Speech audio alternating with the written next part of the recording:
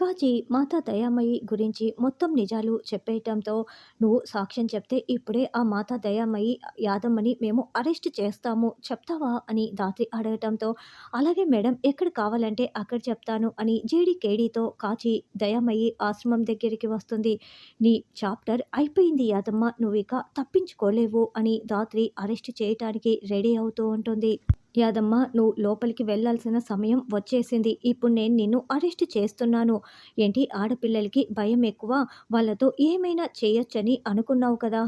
ఇప్పుడు నిన్ను పట్టించింది కూడా ఒక ఆడపిల్లే. ఇప్పుడు నిన్ను అరెస్ట్ చేస్తున్నది కూడా ఒక ఆడపిల్లే. ఇప్పుడు నిన్ను తన్ని ఇక్కడి నుంచి తీసుకువెళ్ళేది కూడా నేనే, ఒక ఆడపిల్లని. ఆడపిల్లల్లో అన్నపూర్ణ దేవి ఉంటుంది. కాళిక మాత కూడా ఉంటుంది. రా" అంటూ జేడి యాదమ్మ చేయి పట్టుకొని లాక్కు వెళ్తూ ఉంటుంది. కాజీ ఇదంతా చాలా సంతోషంగా చూస్తూ ఉంటుంది. అయితే అప్పుడే కొంతమంది ఆడవాళ్ళు అక్కడికి వచ్చి, "మాతని తీసుకువెళ్ళటానికి మేము ఒప్పుకోం మేడం" అని అడ్డుపడుతూ ఉంటారు. "మర్యాదగా అడ్డు తప్పుకుంటారా లేదా? మేము సాక్ష్యాలు చూపించే ఇక్కడ అరెస్ట్ చేసి తీసుకువెళ్తున్నాము" అని ధాత్రి అంటుంది.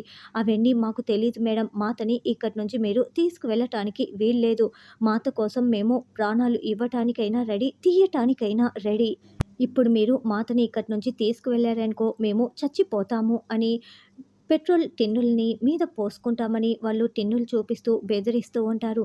"మర్యాదగా మాతను వదిలిపెట్టి ఇక్కడి నుంచి వెళ్తారా లేదా? లేకుంటే మేము ప్రాణాలు తీసుకుంటాం, ప్రాణాలు తీసుకుంటాం" అని కేకలు పెడుతూ అడ్డుపడుతూ ఉంటారు. దాంతో ధాత్రి ఏం చేయాలా అని ఆలోచిస్తూ ఉంటే, యాదమ్మ మాత్రం చాలా సంతోషంగా కళ్ళెగరేస్తూ ధాత్రి వైపు చూస్తూ ఉంటుంది. మరి వీళ్ళకందరికీ బుద్ధి చెప్పి ధాత్రి అరెస్ట్ చేసి ఎలా తీసుకువెళ్తుంది, లేకుంటే వెనుదిరిగి వెళ్ళిపోతుందా అన్నది రానున్న ఎపిసోడ్‌లో తెలుసుకుందాం.